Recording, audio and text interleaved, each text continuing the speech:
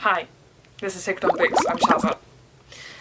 Welcome to another game of Book Roulette, and if you don't know what that is, it's basically I use this roulette wheel in order to decide upon a book to read, and last time we played this we landed on Things That Are by Amy Leach, which is a little non-fiction book, and I read this successfully and I did really enjoy it, though I have to say it's kind of forgettable.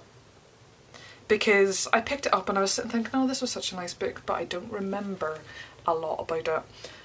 I think that it's a book that deserves to be read slowly over time, and rather than being a book that you just like read in one sitting.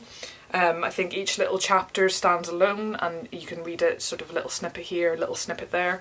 It's a nature writing book, and it was really beautiful, and I did have a quick flick through it just before filming and I was like, oh yes, this was actually really stunning in terms of the writing, and there was really really interesting information in here. So it talks a lot about the universe, the world, nature in general, and I just think that there were so many beautiful sentences in here, and I've definitely underlined a few, and I might read a few so you kind of get an idea of what this is exactly.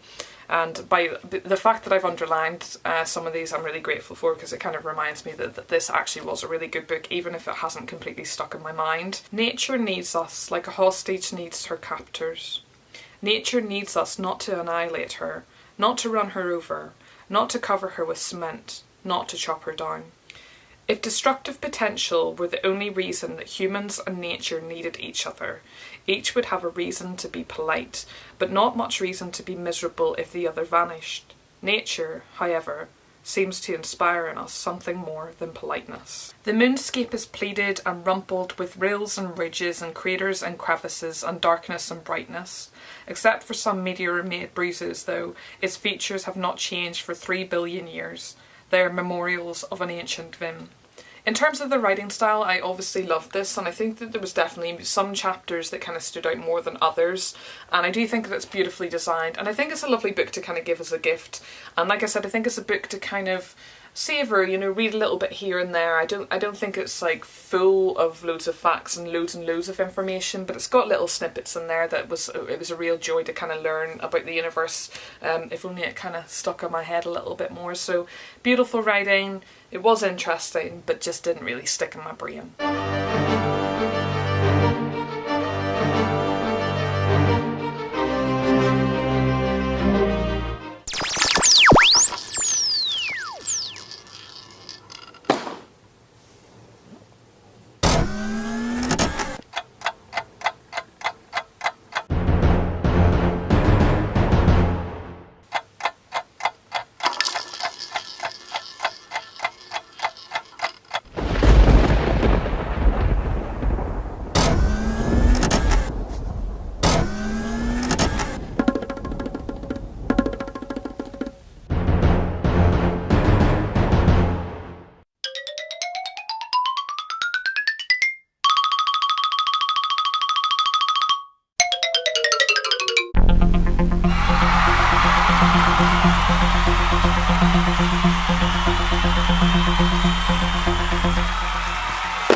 So we've landed on this one, The Long Way to a Small Angry Planet by Becky Chambers.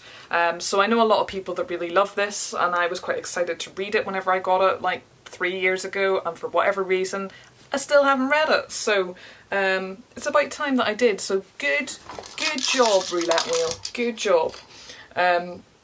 Yeah, a lot of people on BookTube love this, a lot of people that I know love it. I'm slightly worried because I don't really know what to expect. I used to really love science fiction, but I just don't seem as inclined to pick it up as often. And I'm not sure why, because I do really love it as a genre. And I know that this is a space opera, and that's not necessarily my favourite type of science fiction, but I think I should enjoy this.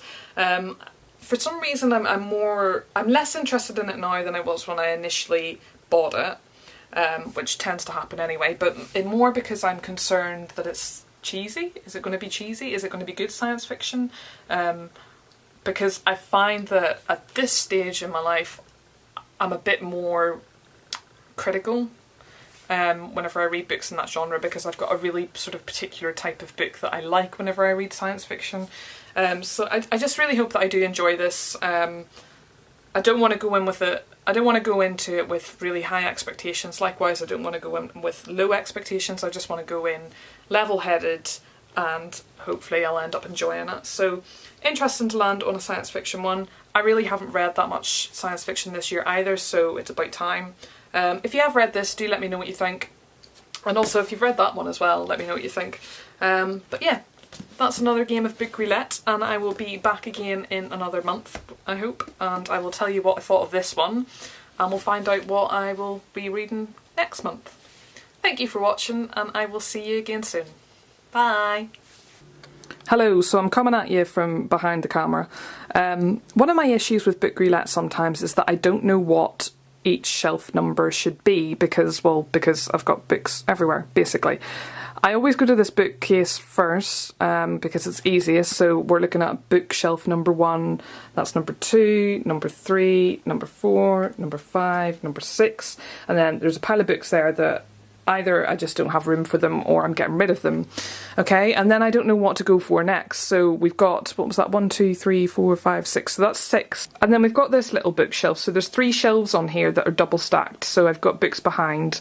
So it's like, okay, so we've got to number 6, so then I count the back one as 7 and the front one as 8, and then, yeah, etc. But I never know if I should go to this bookcase first, because then, over here, I've got, on that shelf thing there, which is just a crate, it's Alice in Wonderland books, so I never really know whether I should count that or not. And then down below that there's graphic novels, and then over here we've got poetry.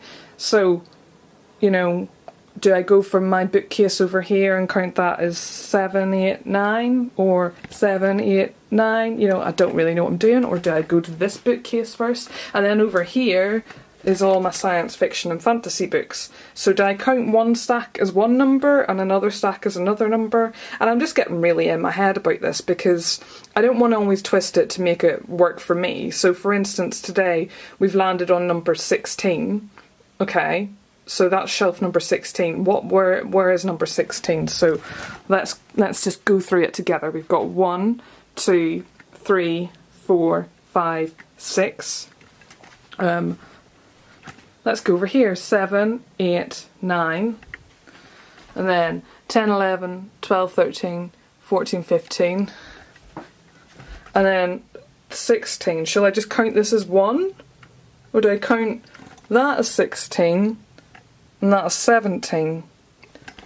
I don't know what I'm doing, guys. I think I'm going to count this as... Fuck, lost you. I think I'm just going to count this as 16. These 2 piles count as one thing. Okay, I think I've worked it out.